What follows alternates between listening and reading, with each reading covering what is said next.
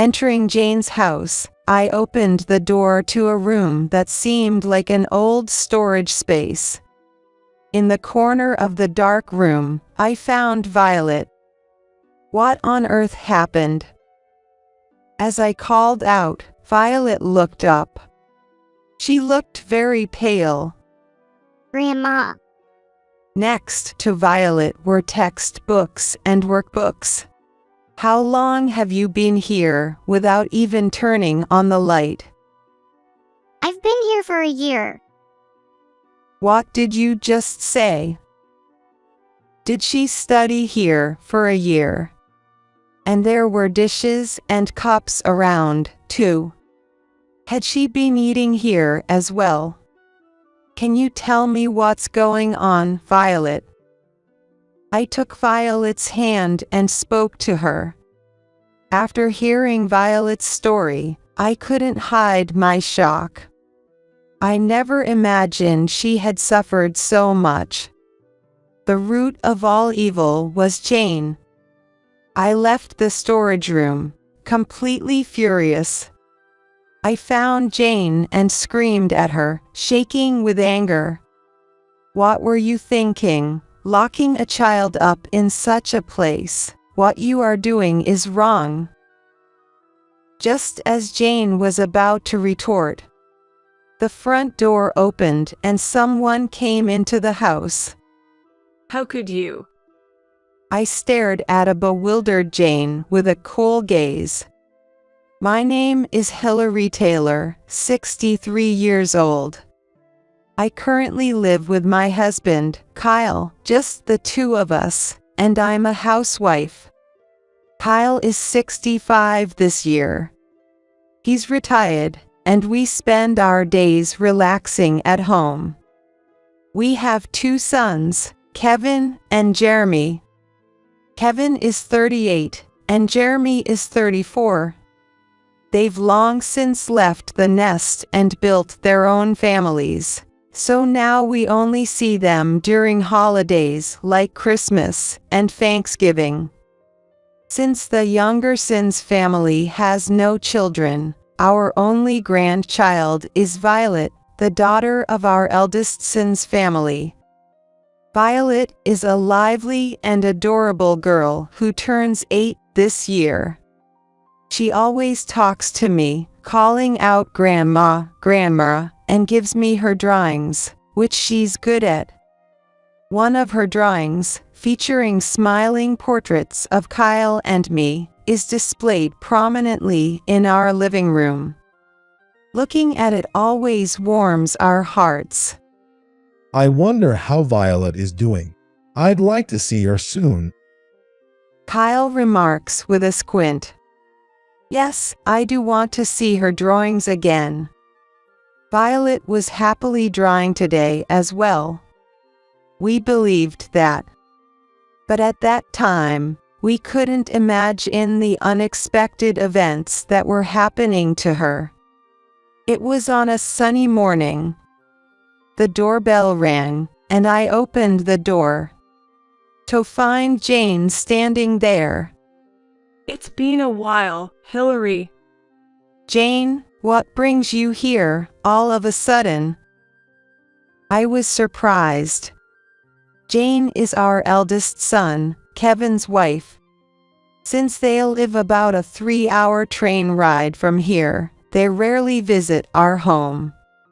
What happened to her? Sorry for the sudden visit. I have a favor to ask. What is it? Come in first. I led Jane into the living room. Kyle too was surprised by her unfamiliar presence. Jane, like Kevin, is 38 years old. She looked the same as the last time we met, with light makeup and simple clothes. However, her face seemed to carry a hint of fatigue. Without touching the tea I offered, Jane started to speak. Hillary, Kyle, I actually need to borrow some money. What? Why? It's for Violet's tuition. She's attending a tutoring now, but we're thinking of enrolling her in another one that has a track record of sending students to top schools. Tutoring. I was taken aback. Violet is still in elementary school. Isn't tutoring unnecessary at her age?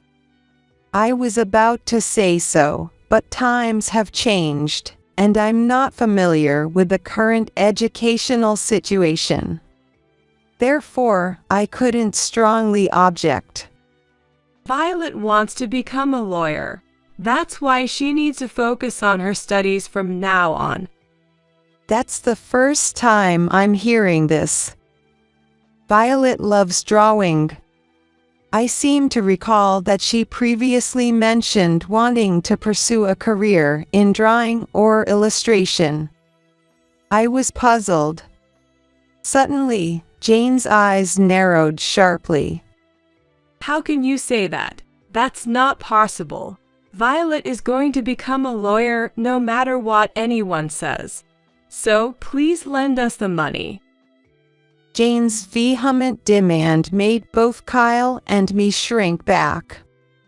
If that's the case, we need to check with Kevin first. Kyle said, to which Jane suddenly regained her composure and answered with a smile. Kyle, it's okay. Kevin agrees to.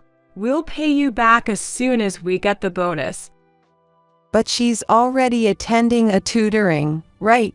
And you're saying to add another one. Hillary, the competition starts from elementary school these days. Without good education, you're left behind in society. It's all for Violet's future. Please understand, I beg you.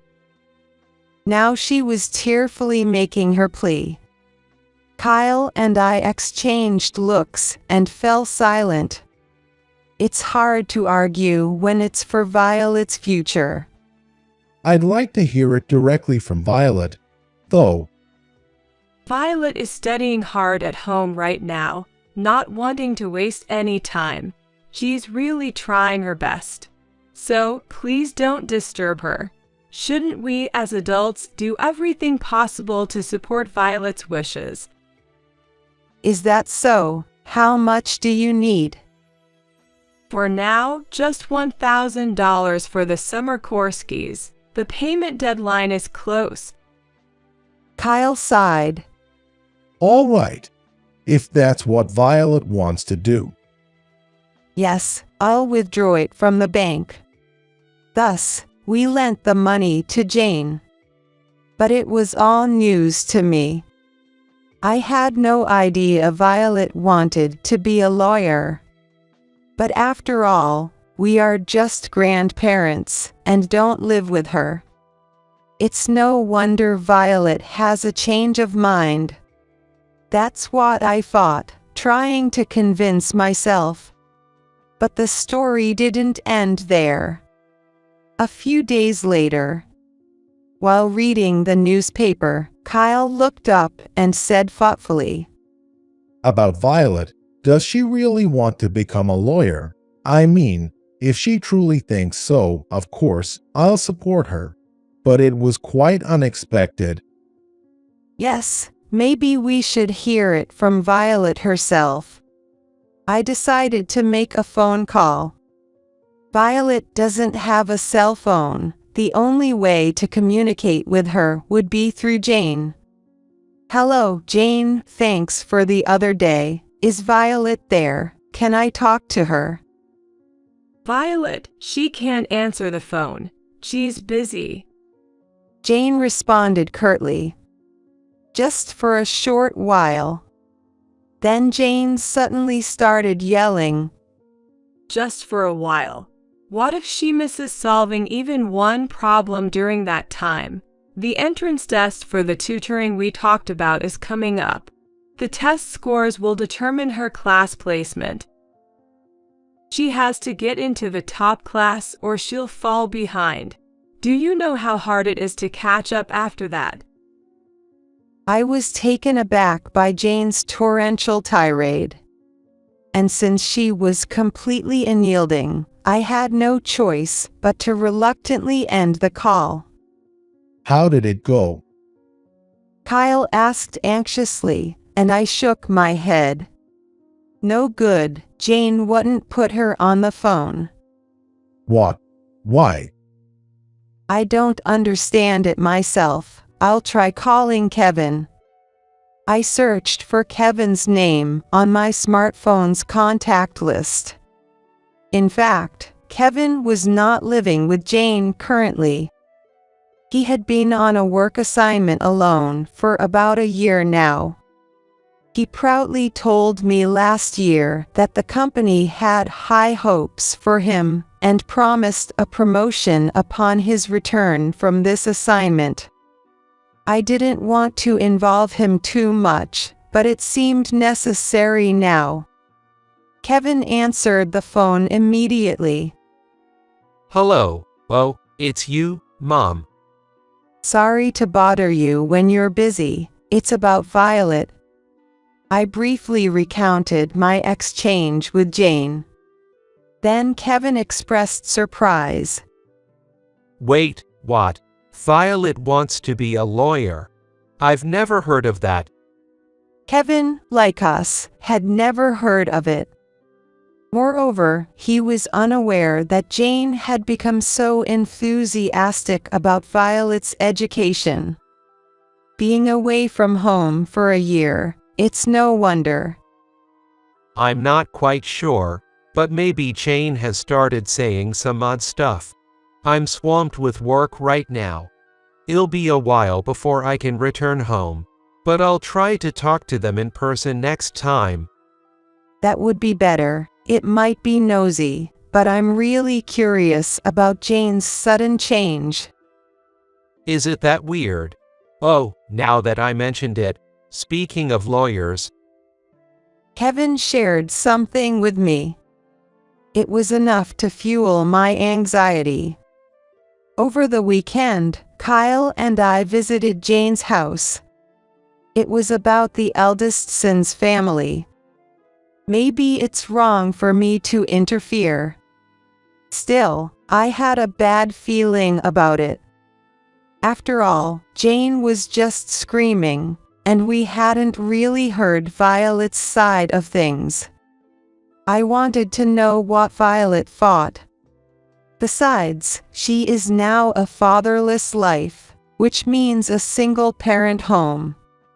I wondered how Violet was spending her time alone with Jane. When I rang the bell and introduced ourselves, Jane came out in a panic. What's the matter, Hillary and Kyle?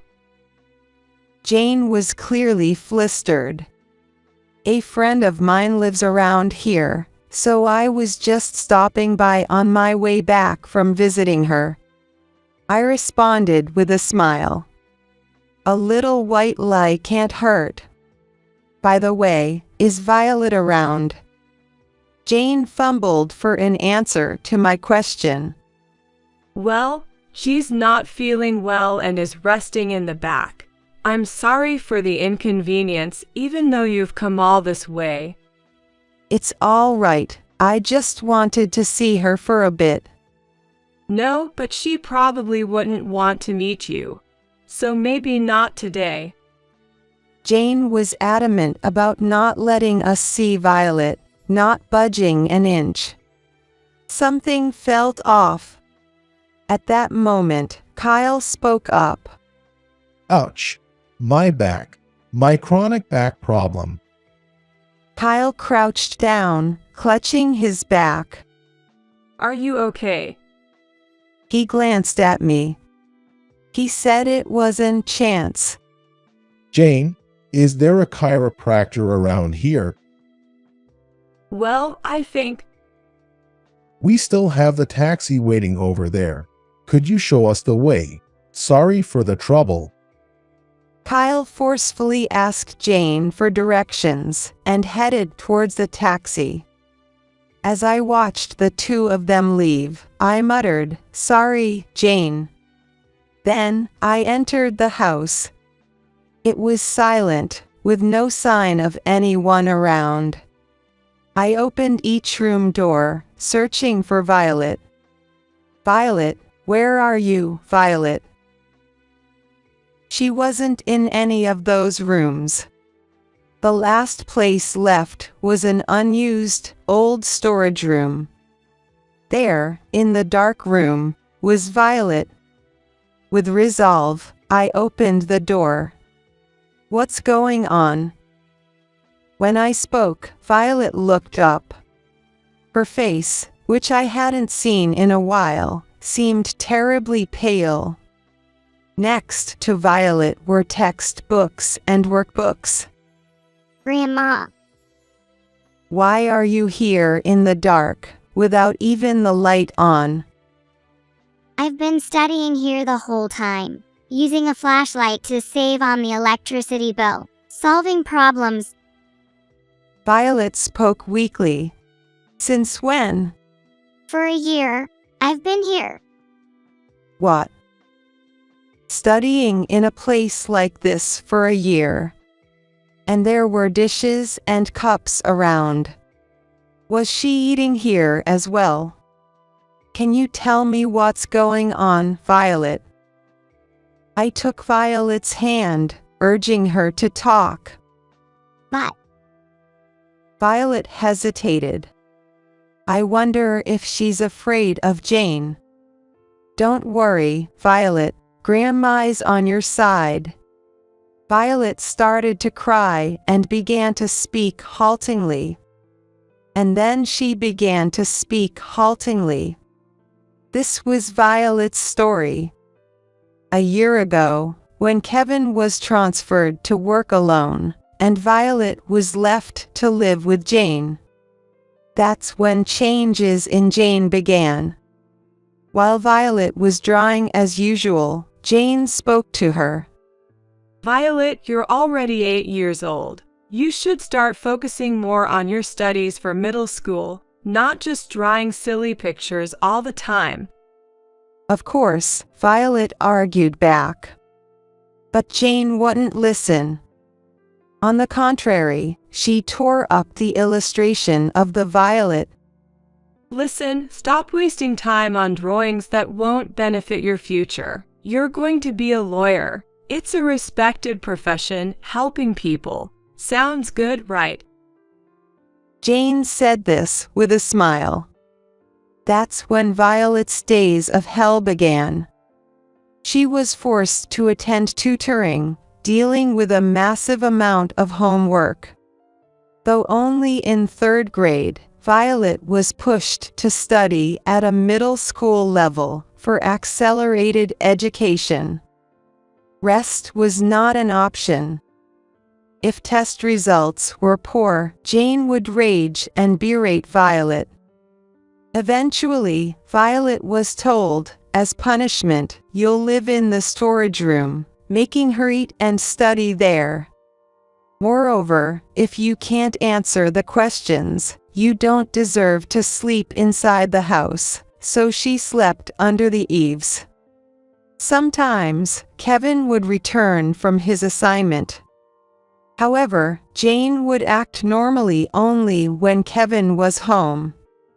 She also made sure to warn Violet, you know what will happen if you tell your dad, right?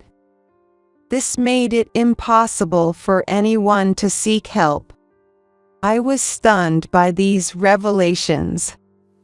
Jane's behavior wasn't just being enthusiastic about education. It was clearly excessive. I was trembling with anger. Jane said it was for Violet's future, but this is not for Violet. I've been drawing these secretly because I would get scolded by Mom. Violet showed me a piece of paper. There was a colorful drawing.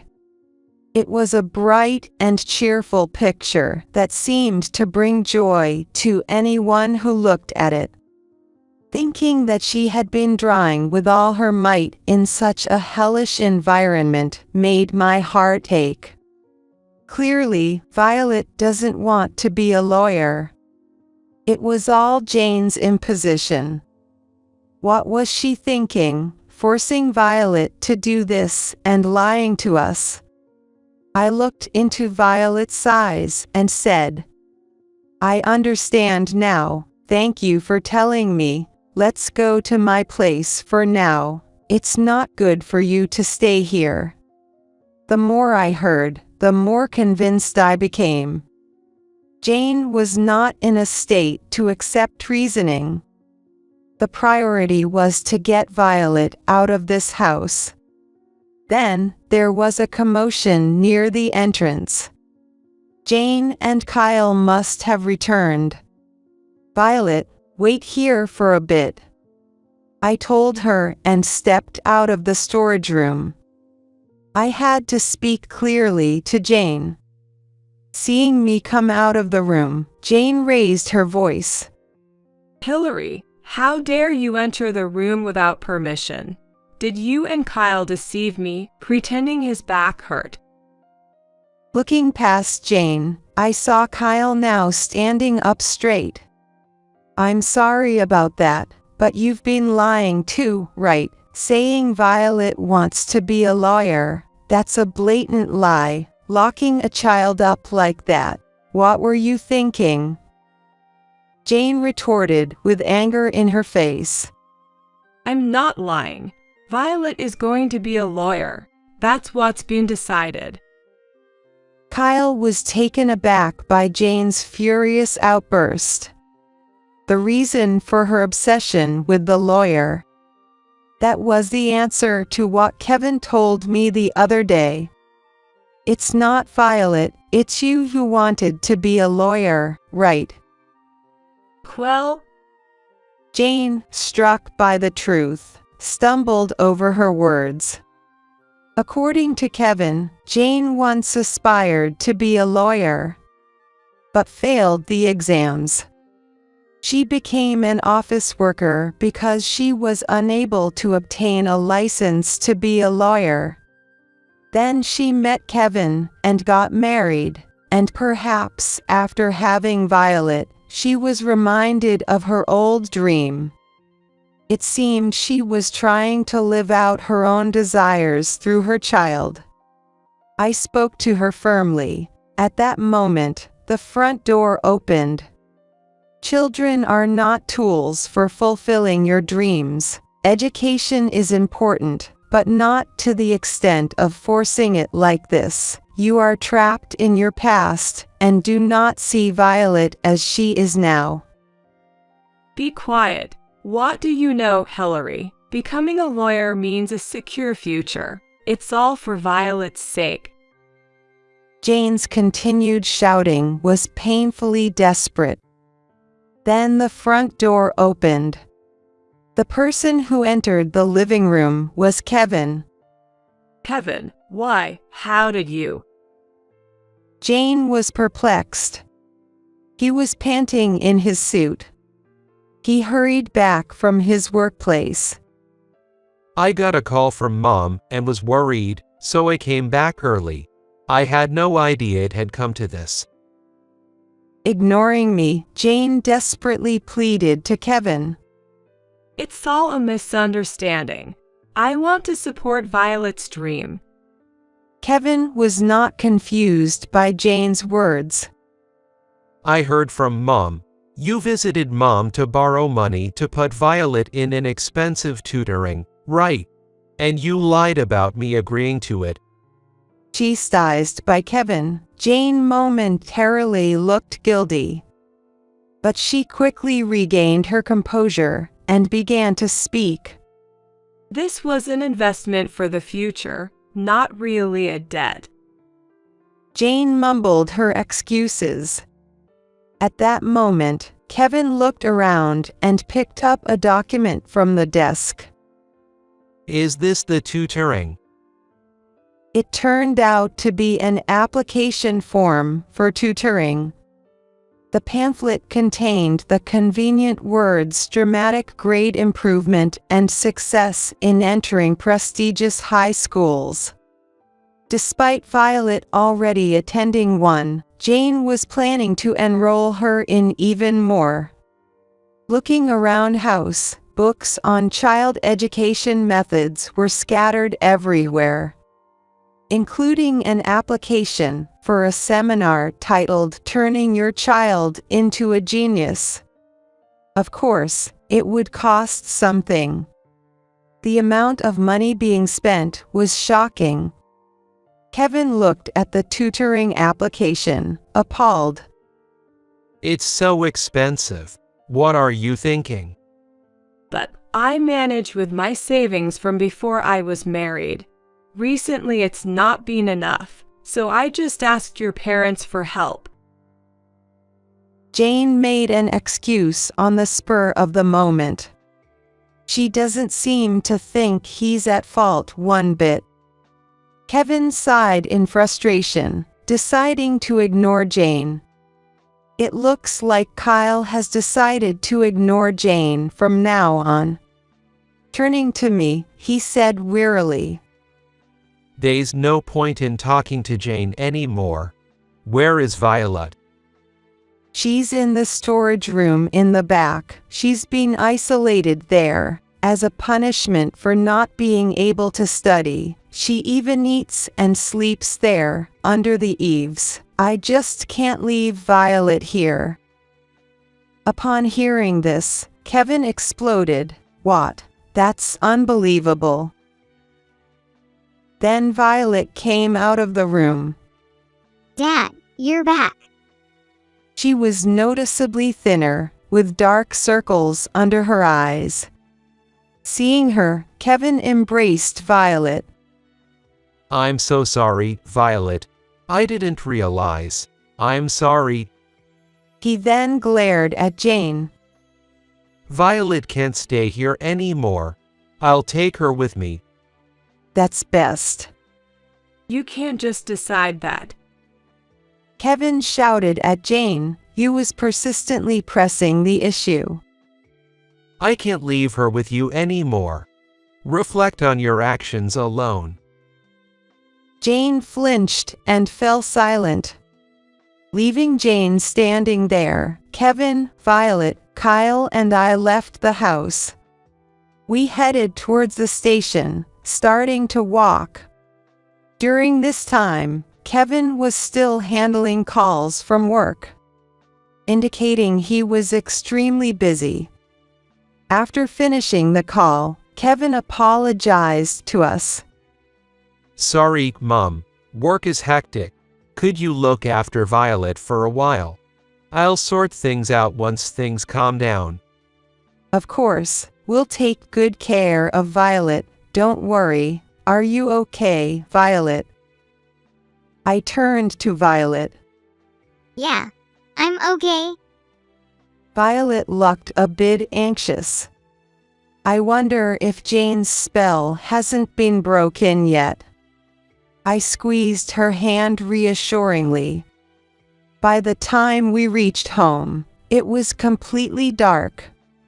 Violet finished her dinner and fell asleep immediately. She must have been under a lot of pressure lately. She seemed to have worn herself out completely. Poor child, being forced into this. I couldn't help but tear up looking at Violet's sleeping face. I never imagined it would come to this. Kyle sighed deeply. Kevin left Violet in our care and returned to his posting. Kevin said he was going to persuade Jane, but can he? My worries proved accurate. A week later, Kevin contacted us. He had been trying to reason with Jane in between his busy work schedule. Kevin repeatedly tried to persuade Jane, urging her to realize the foolishness of her actions and to change her ways. However, Jane showed no signs of repentance.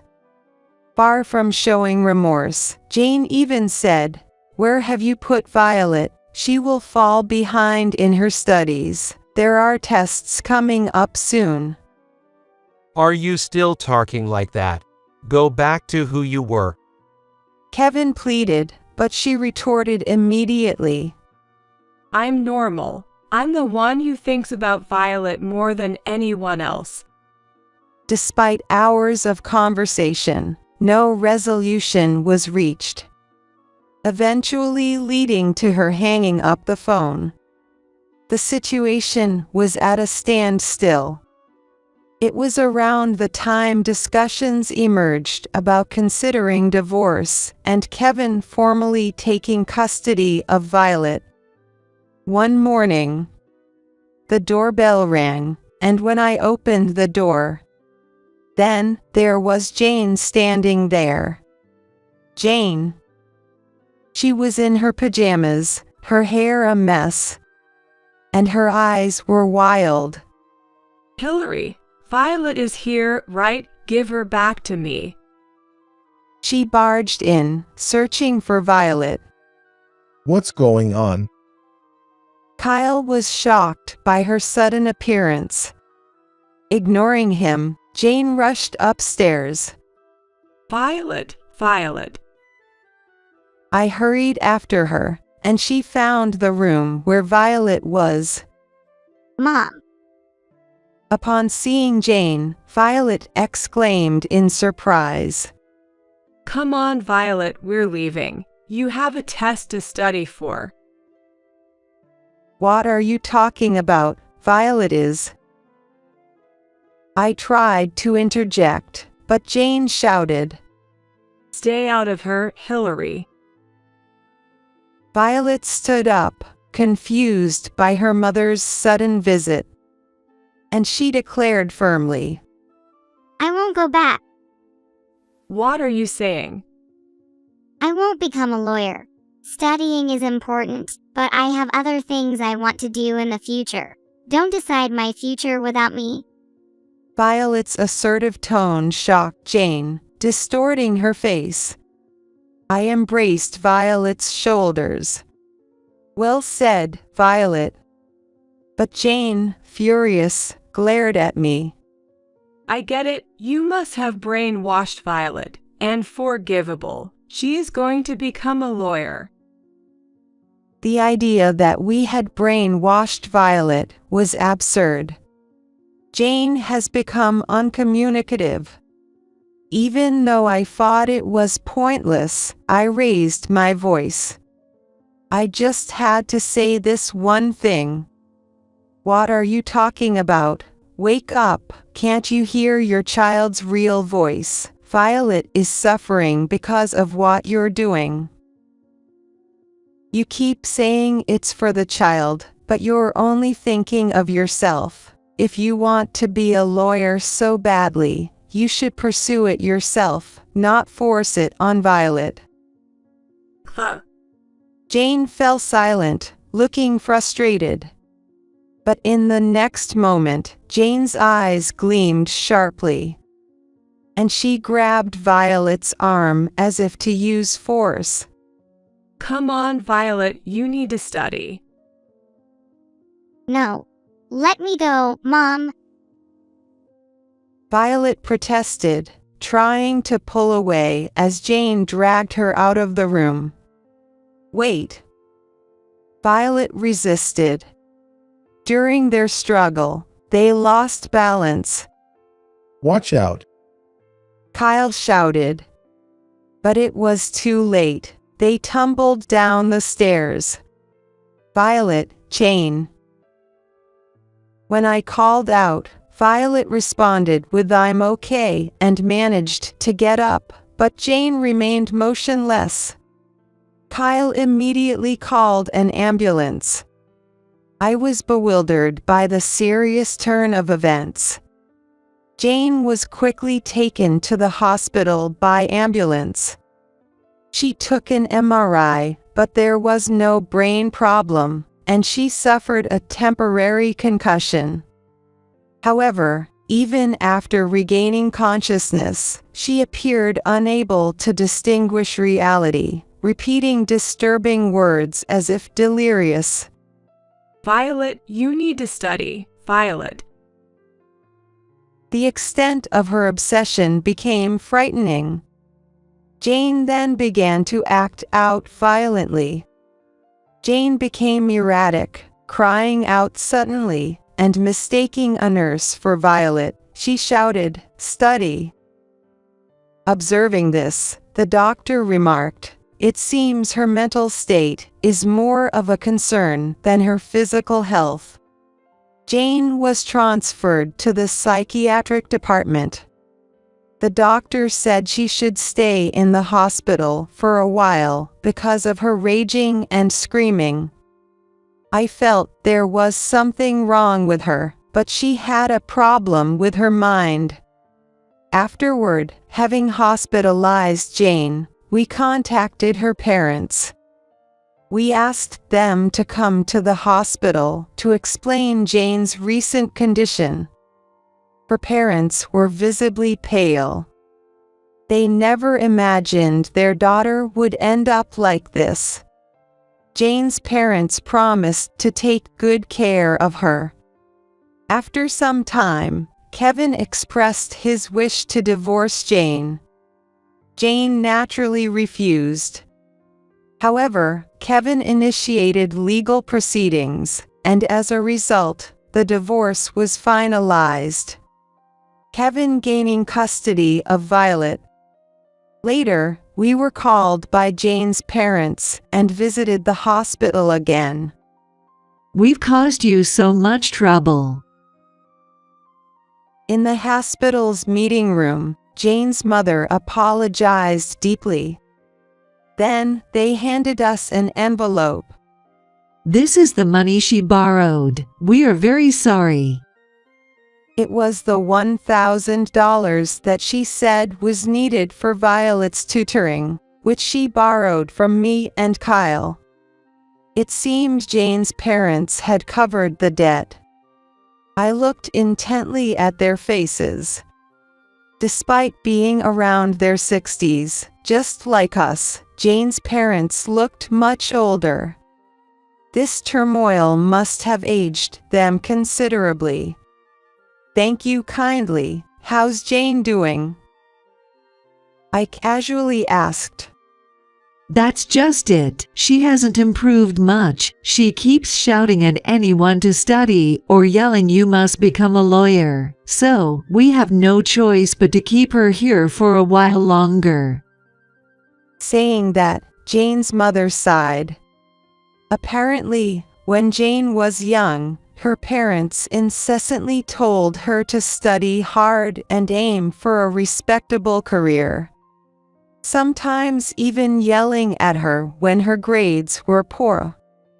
I wonder if it's because we pushed Jane too hard when she was young that things turned out this way. It's too late now, but we deeply regret it. Jane's mother's unexpected confession left me with mixed feelings. This was the root of Jane's breakdown. A negative cycle passed down from her parents to Jane, and then to Violet. However, this cycle had to be stopped. With resolve, I declared, "Children have their own happiness. When parents impose too many of their ideals, it can break the child's spirit." Violet was also in danger of this. From now on, Kevin and we will take responsibility to ensure Violet grows up freely and happily. Jane's mother was in tears. She must be reflecting on what she did to little Jane. I hope that from now on, they can live while offering support to Jane, whose spirit has been broken. With these thoughts, we left the hospital. Afterward, Violet and Kevin began living with us. Kevin requested a transfer. Kevin negotiated with his superiors to work at a branch near our family home. I was worried that this might affect his chances for promotion, but Kevin reassured me, dismissing the concern as if it were nothing. It's all right. I've been too focused on work and overlooked the discrepancies in Jane and Violet's relationship, which I regret. Now, I want to be more attentive to Violet. Saying this, Kevin smiled.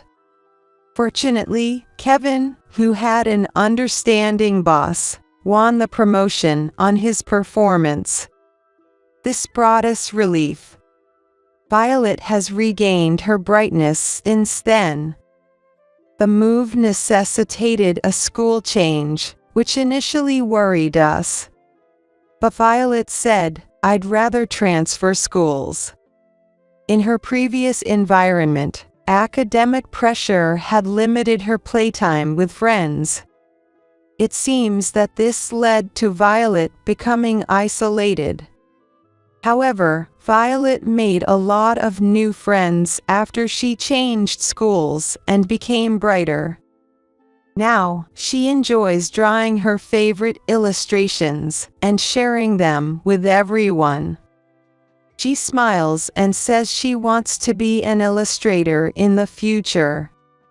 Seeing Violet return to her original self and being happy is the most joyful thing for us.